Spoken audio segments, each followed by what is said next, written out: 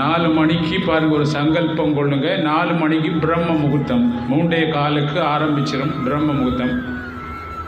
அது 4:30 மட்டும். அதுக்கு பிறகு காகம் கத்திடும். விளம்புனா உங்களுக்கு பிராக்கு, எல்லா உயிர்களும் எழுப்பிடுவாங்க. அந்த பிரம்ம முகூர்த்தத்தில் பாருங்கள், கடவுள் தன்மை மட்டும்தான் இருக்கும், வேறது வராது. இப்போ சுவாமி சிவானந்த சொல்லி பாருங்கள், கடமையை சரிவர செய்வவும் திருப்தியுட உண்பான் எல்லோராலும் மதிக்கத்தக்க வாழ்வான் அப்படின்னு சொல்லியிருக்காரு. அப்படின்னா கடமையை மேல்மனம் செய்யும் போது சரியா ராமகிருஷ்ண பரமன் சொன்ன மாதிரி பாருங்கள், உங்களுடைய குருவை ஒரு கையால் பிடிச்சி கொண்டு மறுகையால் நீ கடமையாற்றும் போது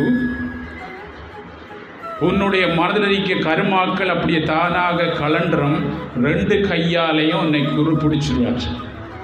இதைத்தான் சொல்றார், என்னை பூர்ணமாக நீ சரணாகதி அடைஞ்சால் உன்னுடைய பாருங்க எல்லா பாவங்களும் இல்லா போய் உன்னுடைய வண்டியை நான் ஓட்டுவேன். என் வண்டியை ஓட்டுறார் என் குருநாதர்.